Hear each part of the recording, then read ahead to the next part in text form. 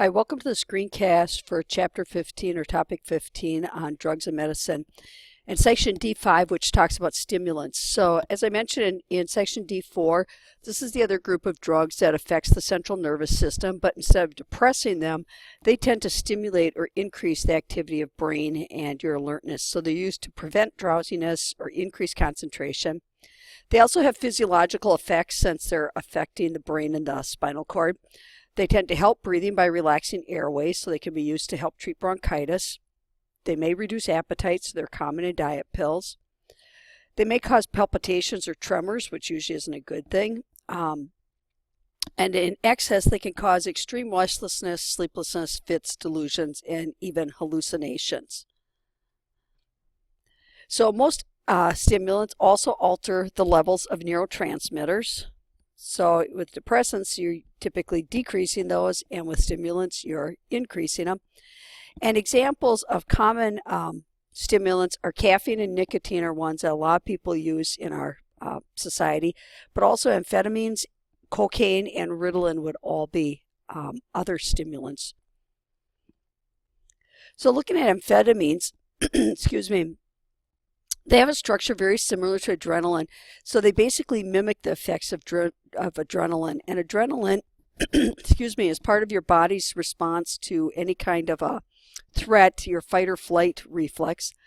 So it tends to increase your heart rate and blood pressure, increase the blood flow to the heart and muscles, increase airflow to your lungs, and increase your mental awareness. And what both amphetamines and adrenaline have in common, and you'll see both these structures in your data booklet, is they both contain phenol, with this benzene with the substitution. So here's the phenol on amphetamines. It's got this, you can see there's a propyl group here with an amine attached to it. And over here, adrenaline has two hydroxy groups along with this longer group that looks very much like this group. So very similar molecules. And you should be able to look at these two and see what they have in common and see what is different about them. Other things to know about amphetamines is they are known as sympathomimetic drugs because they mimic or stimulate the sympathetic nervous system. In small doses, they tend to increase alertness and energy. They dilate your pupils, they decrease your appetite, and they may cause dizziness or blurred vision. Long-term effects, though, are severe depression and reduced resistance to infection. So not something you want to be taking for a long time. These drugs develop a rapid dependence and tolerance. So again, you need more and more, and your body has symptoms if you don't continue to get more and more. And amphetamines are really where the designer drugs have shown up, such as methamphetamine and ecstasy, a number of the homemade drugs in homemade labs.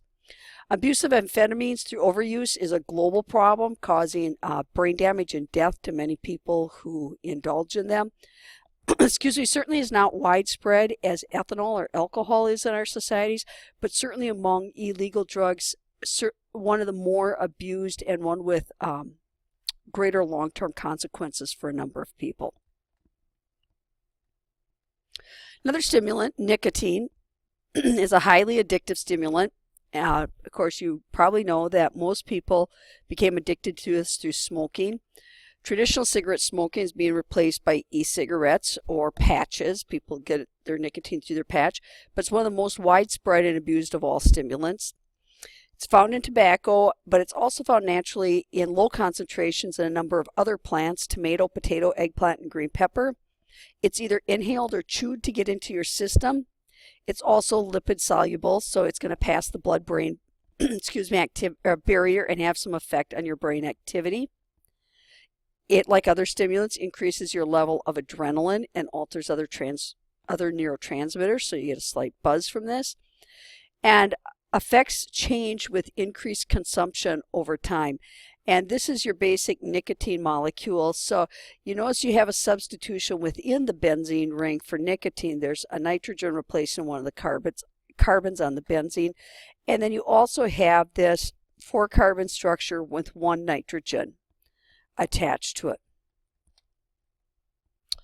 Short-term effects of nicotine is increased alertness, relieves stress or boredom, counters fatigue, increases heart rate and blood pressure, but it does increase urine output.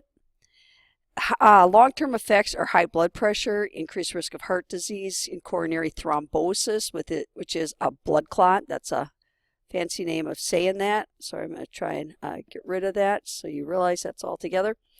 It's increased level of fatty acids, which can lead to stroke over time. And it also tends to lead to overstimulation of stomach acid and can create ulcers. And finally, cancer and emphysema, which makes tobacco the second leading cause of death. Caffeine is the world's most widely used stimulant, as opposed to the world's most widely abused stimulant, but it's what world's most widely used. Is present in coffee, tea, chocolate, and colas. It's legal and unregulated almost everywhere. That's why you can buy caffeine tablets and energy drinks, because there's no regulation on it. It's used to reduce physical fatigue and increase mental alertness. And like nicotine, it has the heterocyclic ring. So the 5-carbon, in this case, it's got 5 carbon plus 2 nitrogen. It also has a tertiary amine group and 2 amide groups. So this is a good one to look at the difference between an amine and an amide. So here you've got the benzene with the 2 nitrogen substituted in. Here you have the 5-ring structure with 2 nitrogen on it. And then this one is an amine because it's nitrogen with the carbons attached. But this one, because there's a carbon, nitrogen, and an oxygen, I guess you could decide which way it's coming from. Actually, I take it back. These are both amides because this one's got an oxygen. The nitrogen is interrupting the carbon and oxygen, or there's carbon here with both nitrogen and oxygen. So the nitrogen is dividing it, is how I remember that. This one also has an oxygen attached to it. And then this one is the amine group because it just has 3 carbons. It's actually a tertiary amine. This one over here would be a secondary amine because it just has 2 carbons attached to it. So amines are nitrogen only.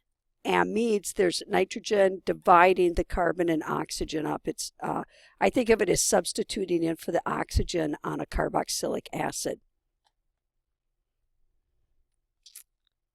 So short-term effects of caffeine, it does increase your mental alertness. It increases the rate of energy released in your cells, so it prolongs the effects of adrenaline naturally occurring in your body, decreases physical fatigue, helps your body absorb some analgesics. So it's included with some pain relievers, especially those designed for headaches.